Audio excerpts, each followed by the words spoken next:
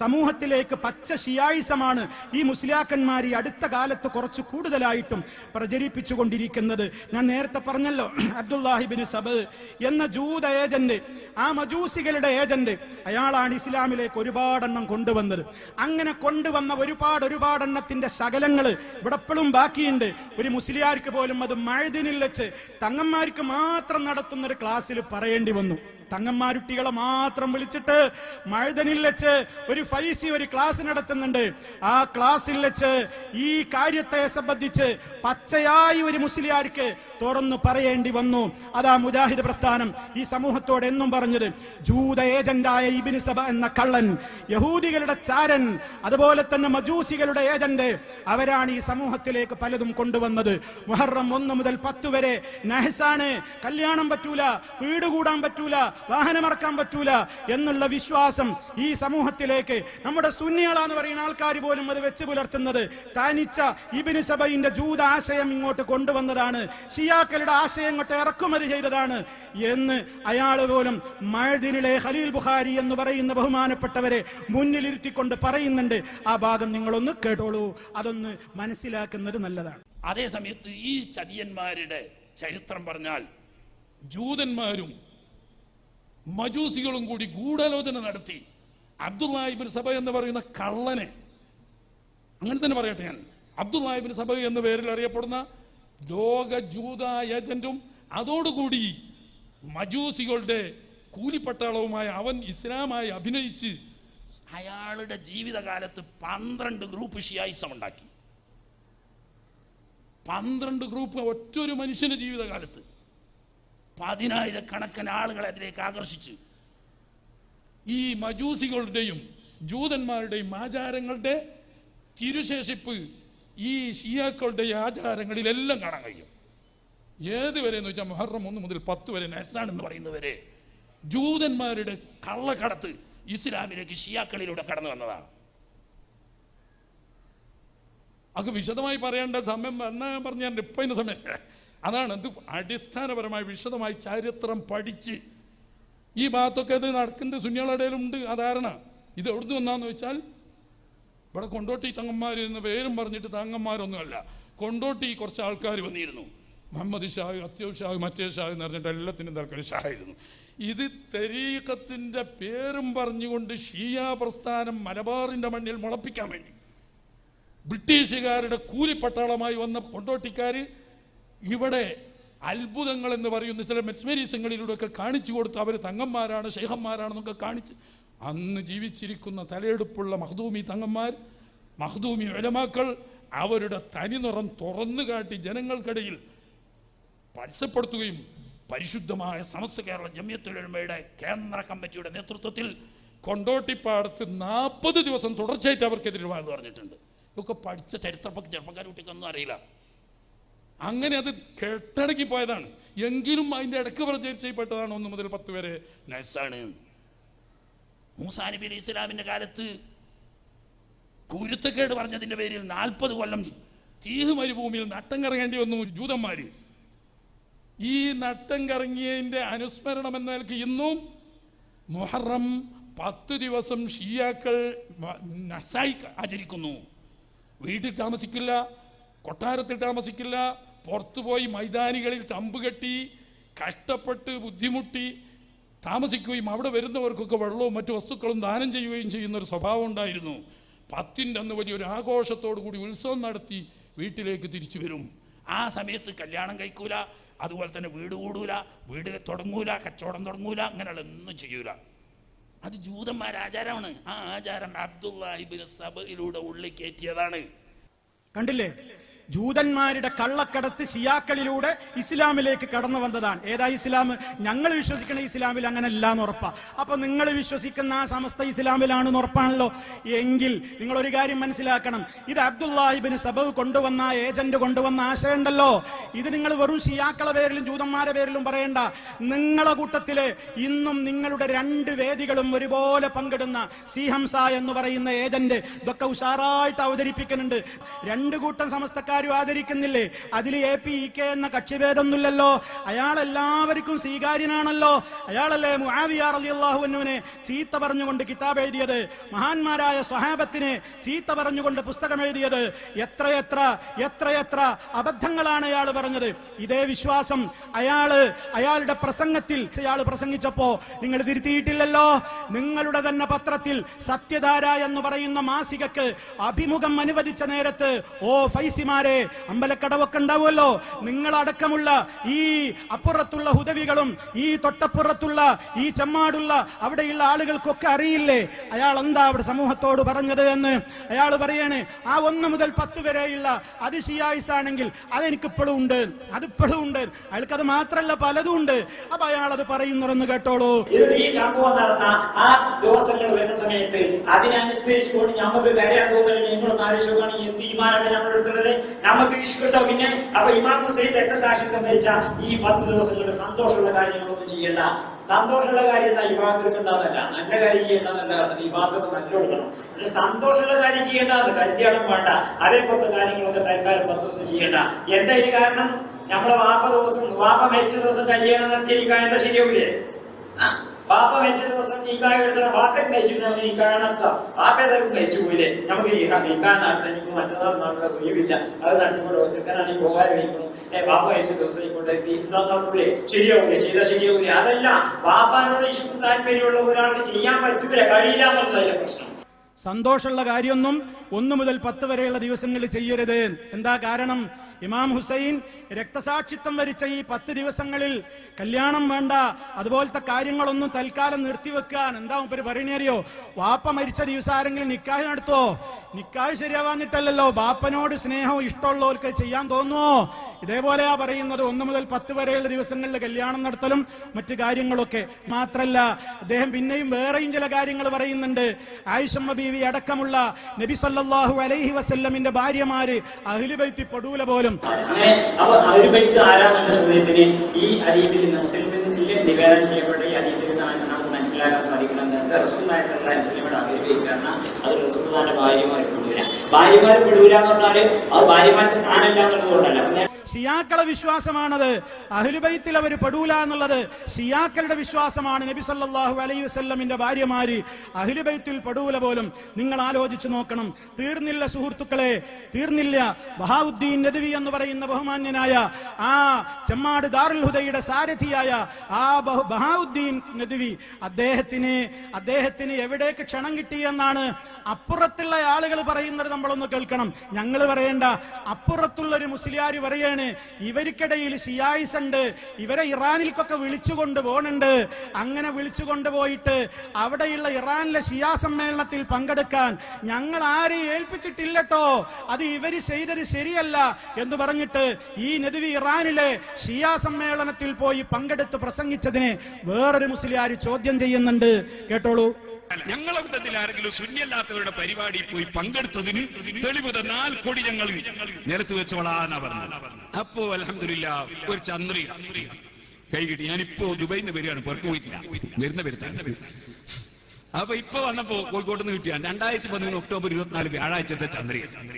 ഈ ചന്ദ്രികയിൽ ചിത്രത്തോടു കൂടി ഡോക്ടർ നദ്വി ഇറാനി തിരൂരങ്ങാടി ടെഹ്റാനിൽ നടക്കുന്ന അന്താരാഷ്ട്ര ഷിയാ സമ്മേളനത്തിൽ പങ്കെടുക്കാൻ ഡോക്ടർ ബഹാഉദ്ദീൻ നദ്വി ഇറാനിലെത്തി.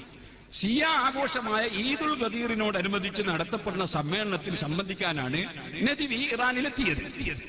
ഇമാം Ali institute of Islamic and cultural studies സംഘടിപ്പിക്കുന്ന അൽ ഖദീർ രാജ്യാന്തര സമ്മേളനത്തിൽ സുന്നി പക്ഷത്തെ പ്രതിനിധീകരിച്ചാണ് അദ്ദേഹം പങ്കെടുക്കുന്നത്. സുന്നികൾ ആരും അങ്ങനെ ഒരാളെ പറഞ്ഞേച്ചിട്ടില്ല കേട്ടോ. ഷിയാ സമ്മേളനത്തിൽ പങ്കെടുക്കാൻ വേണ്ടി സുന്നികൾ പറഞ്ഞേക്ക, അങ്ങനെ ഒരു പരിപാടി ഞങ്ങളെ ഇമാമിങ്ങൾക്കില്ല, ഞങ്ങളെ സമസ്തക്കും ഇല്ല. മഹാനായ വരക്കൽ മുല്ലക്കോയ തങ്ങൾ നവറല്ലാഹു മർഖദഹു സ്ഥാപിച്ച സമസ്ത, പാങ്ങിൽ അഹ്മദ് കുട്ടി മുസ്ലിയാർ നവറല്ലാഹു മർഖദഹു സ്ഥാപിച്ച സമസ്ത, അവരൊക്കെ ജനിക്കുന്നതിന് മുമ്പ് ഷിയാക്കൾ ഇവിടെയുണ്ട്. പക്ഷെ ഷിയാക്കളുടെ സമ്മേളനത്തിൽ പങ്കെടുക്കാൻ വേണ്ടി സുന്നിയുടെ പ്രതിനിധി എന്ന നിലക്ക് ഷിയാ സമ്മേളനത്തിലേക്ക് മുൻകാലത്ത് ഒരു സമസ്തയുടെ ആളെയും പറഞ്ഞയച്ചതായി ചരിത്രം ഇല്ല. ഇനി ഞാൻ നിങ്ങളോട് ചോദിക്കട്ടെ, നിങ്ങൾ പറഞ്ഞല്ലോ ഞങ്ങൾ സുന്നികളുടേതല്ലാത്തവരുടെ സമ്മേളനത്തിൽ പങ്കെടുത്ത ഒരു തെളിവ് കൊണ്ടുവന്നാൽ കൊടി ഞങ്ങൾ നിലത്ത് വെച്ചോളാം. നിലത്ത് വെക്കണ്ട, അത് നിങ്ങൾ ഇങ്ങോട്ട് കൈമാറേണ്ടതാണ്. പിന്നെ എന്തിനാണ് നിലത്ത് വെക്കുന്നത്? നമ്മളെ പേരോട് മുസ്ലിഹരാണ്. അദ്ദേഹം പറയുന്നത് എന്താ പറയുന്നത്? വഹാവുദ്ദീൻ കുരിയാടി ഇറാനിലെ സമ്മേളനത്തിലേക്ക് പോയി. ഞങ്ങളെ പരിപാടിയല്ല, അത് ഇവർക്കാണ് ഷിയാക്കളോട് ബന്ധം, ഞങ്ങളാരെയും പറഞ്ഞയച്ചിട്ടില്ല. അതുകൊണ്ട് നിങ്ങൾക്ക് ആ സമ്മേളനത്തിൽ പോയ വകയിൽ, നിങ്ങൾ സുന്നികളുടേതല്ലാത്ത സമ്മേളനത്തിന് പോയ വകയില്, അവരെ ആദരിച്ച വകയില് ആ സമസ്തന്റെ കൊടി പിടിക്കാൻ അവകാശമില്ല, അത് ഉടനെ ഞങ്ങൾക്ക് കൈമാറണം എന്നാ പറയുന്നത്. എന്നാ പറയുന്നത് കേട്ടാ തോന്നും ഇങ്ങോരുടെ പാർട്ടിക്ക് ഷിയാക്കളോട് ഭയങ്കര വൈരമാണ്, ഇങ്ങോരുടെ ഗ്രൂപ്പിന് ഷിയാക്കളോട് ഭയങ്കരമായ എതിരാണെന്നാ പറയുന്നത് കേട്ടാ തോന്നുക. സഹോദരങ്ങളെ, നിങ്ങൾ അറിയോ, തൃശ്ശൂരിൽ വെച്ചൊരു വലിയ സമ്മേളനം സംഘടിപ്പിച്ചു. എന്തായിരുന്നു സമ്മേളനം? ഒരുപാട് 25,000 അവരുടെ ഭാഷയിൽ, എത്രയോ അല്ലാഹു അലം, 25,000 ആലിമീങ്ങളെ മാത്രം സംഘടിപ്പിച്ച ഉലമാ സമ്മേളനം ഉദ്ഘാടനം ചെയ്യാതെത്തിയതാരാ? ഒരു വ്യക്തി, തനിച്ച ഷിയാ നേതാവ്. തനിച്ച ഷിയാ നേതാവാ വന്നത്. لكي يشرفنا بافتتاح هذا المؤتمر فليتفضل مشكورا.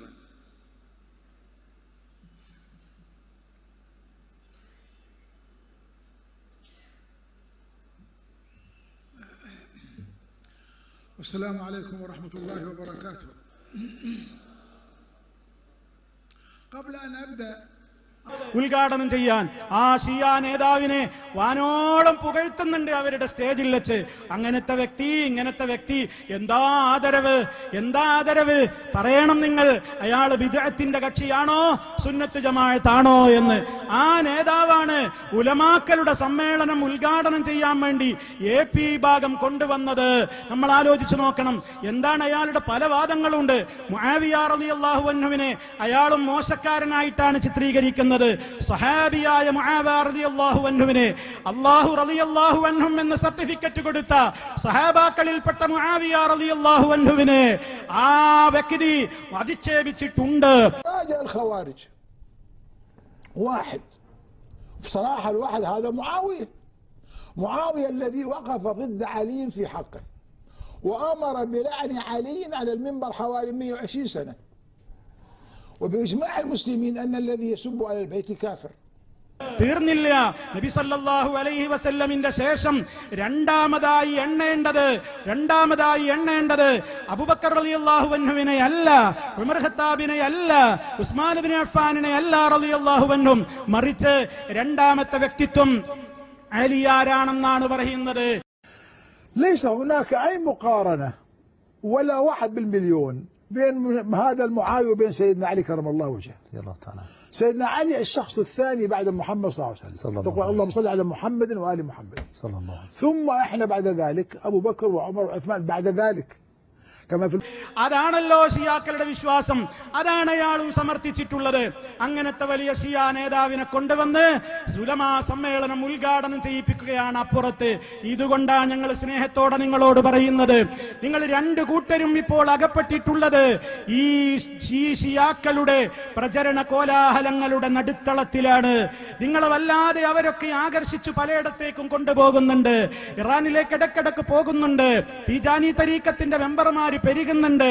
അങ്ങനെ പല ഷിയാ വിശ്വാസക്കാരും ഇവിടെ വളരുന്നുണ്ട്. അങ്ങനെ തീജാനിയിൽ പോയി മെമ്പറായ ഖാസിമിയാണ് തിരിച്ചു വന്നപ്പോ പ്രസംഗിച്ചത് തനിച്ച ഷിയാ വിശ്വാസം. എന്താ ഷിയാ വിശ്വാസം? അത് ഖാസിമി തന്നെ പറയട്ടെ. അമ്പിയാക്കൾ കഴിഞ്ഞാൽ ലോകത്തെ ഏറ്റവും പ്രധാനി ആരാ? അലിയാണ്. ഫദലൻ ഹത്താ മിൻ അബൂബക്കർ. അബൂബക്കറിനേക്കാളൊക്കെ പ്രധാനപ്പെട്ട ആളാണ് ആര്? സയ്യിദ്ന അലി. അലി എന്ന് പറഞ്ഞാൽ ആരാന്ന് ഞങ്ങൾ വിചാരിച്ചത്? അലി എന്ന് പറഞ്ഞാൽ അഹ്ലു ബൈത്തിന്റെ വാപ്പല്ലേ? ആ തൗഫീഖ് അബൂബക്കറിനൊന്നുമില്ലല്ലോ. അബൂബക്കർ റളിയല്ലാഹുവിന്റെ ഈമാനൊക്കെ ഓക്കെ, പക്ഷെ ഷറഫിലും ഫദലും ഏറ്റവും മഹാൻ ആരാ? സയ്യിദ്ന അലി അല്ലേ? ഭയങ്കര ആളാ. എന്താ പറയുന്നത്? ആരാ അലി? അബൂബക്കർ ഹത്താ മിൻ അബീബക്കർ. അബൂബക്കറിനെ കാണൊക്കെ ഫദലാണ്. ആരാണ് അലി എന്നാ വിചാരിച്ചത്? ആരാനാ അലി എന്നാ നിങ്ങൾ വിചാരിച്ചു? വലിയ ആളല്ലേ? വലിയ ആൾ തന്നെയാണ്, ഞങ്ങളൊക്കെ അംഗീകരിക്കും. മഹാനായ അലി റളിയല്ലാഹു തആല അൻഹു, അള്ളാഹുവിന്റെ റസൂലിന്റെ മകളുടെ ഭർത്താവായ അലി റളിയല്ലാഹു അൻഹു, യാതൊരു സംശയവുമില്ല. പ്രിയപ്പെട്ട ഹസൻ ഹുസൈൻ എന്നവരുടെ ഉപ്പയായ അലി റളിയല്ലാഹു തആല അൻഹു, ഒരു സംശയവും ഞങ്ങൾക്കില്ല. 4ാം ഖലീഫയായ ഷഹീദായ അലി റളിയല്ലാഹു തആല അൻഹു, ഒരു സംശയവും ഞങ്ങൾക്കില്ല. അലിയുൻ ഫിൽ ജന്ന, അലി റളിയല്ലാഹു അൻഹു സ്വർഗ്ഗത്തിലാണ്, ഒരു സംശയവും ഞങ്ങൾക്കില്ല. പക്ഷേ നിങ്ങൾ പറയുന്നത് അതല്ല. അബൂബക്കർ റളിയല്ലാഹു അൻഹുവിനേക്കാൾ, ഉമർ ഖത്താബ് റളിയല്ലാഹു അൻഹുവിനേക്കാൾ, ഉസ്മാൻ ഇബ്നു അഫ്ഫാൻ റളിയല്ലാഹു അൻഹുവിനേക്കാൾ, നബി കഴിഞ്ഞാൽ പിന്നെ അമ്പിയാക്കൾ കഴിഞ്ഞാൽ ഏറ്റവും വലിയ ഷറഫും സ്ഥാനമൊക്കെ ആർക്കാണ്? അലി റളിയല്ലാഹു അൻഹുവിനാണ്. ഇത് തനിച്ച ഷിയാ വിശ്വാസമാണ്. ഇത് തനിച്ച ഷിയാ വിശ്വാസമാണ്. ഇത് ഇസ്ലാമിന്റെ വിശ്വാസമല്ല. അപ്പോ നിങ്ങൾക്ക് ബന്ധമുണ്ട്. എങ്ങോട്ട് ബന്ധമുണ്ട്? പലയിടത്തേക്കും ബന്ധമുണ്ട്. ആ ബന്ധങ്ങളാണ് നിങ്ങൾ നാടൊട്ടാകെ പറഞ്ഞുകൊണ്ടിരിക്കുന്നത്. അഹ്ലുസുന്നയുടെ വിശ്വാസങ്ങളിൽ നിന്ന് ബഹുദൂരം നിങ്ങൾ അകന്നുപോയിക്കൊണ്ടിരിക്കുകയാണ്. എന്നിട്ടിപ്പോ സലഫികൾ എല്ലാ സ്ഥലങ്ങളിലും ഇത് ശക്തമായി വിമർശിക്കാൻ തുടങ്ങിയപ്പോ മൂപ്പരൊരു തിരുത്തൽ നാടകം നടത്തിയിട്ടുണ്ട്. ആ തിരുത്തിൽ അദ്ദേഹം പറയുന്നത് എന്താണെന്നറിയോ? അതൊരു സബുഖുൽ ലിസാൻ പറ്റിയതല്ലേ. എന്താ ഈ സബുഖുൽ ലിസാൻ? ഒരു നാക്കബദ്ധം. 2 മിനിറ്റ് 1.5 മിനിറ്റ് ഒരു കാര്യം ഇങ്ങനെ വിശദീകരിച്ച് പറയാ. അറബിയിലും മലയാളത്തിലും ഒക്കെ പറയാ. ഹത്താമിൻ ഫദ്ലി അബൂബക്കർ, അബൂബക്കറിനേക്കാണ് ശ്രേഷ്ഠത. ആരാ അലി? അബൂബക്കറിന്റെ ഈമാനൊക്കെ ഓക്കെ, അതൊക്കെ മൂപ്പര ഔദാര്യാണ്.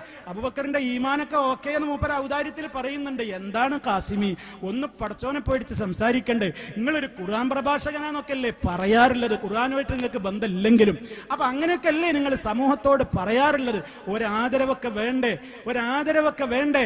അപ്പോ മഹാനായ നബി സല്ലല്ലാഹു അലൈഹി വസല്ലം കഴിഞ്ഞാൽ അഹ്ലുസുന്നയുടെ പണ്ഡിതന്മാർ ലോകത്ത് എണ്ണുന്ന 1ാമത്തെ നമ്പർ അബൂബക്കർ റളിയല്ലാഹു അൻഹു, ഉമർ ഖത്താബ് റളിയല്ലാഹു അൻഹു, ഉസ്മാൻ ഇബ്നു അഫ്ഫാൻ റളിയല്ലാഹു അൻഹു, അലി ഇബ്നു അബീ ത്വാലിബ് റളിയല്ലാഹു അൻഹു 4ാമത്തെ സ്ഥാനത്താണ് എണ്ണാറുള്ളത്.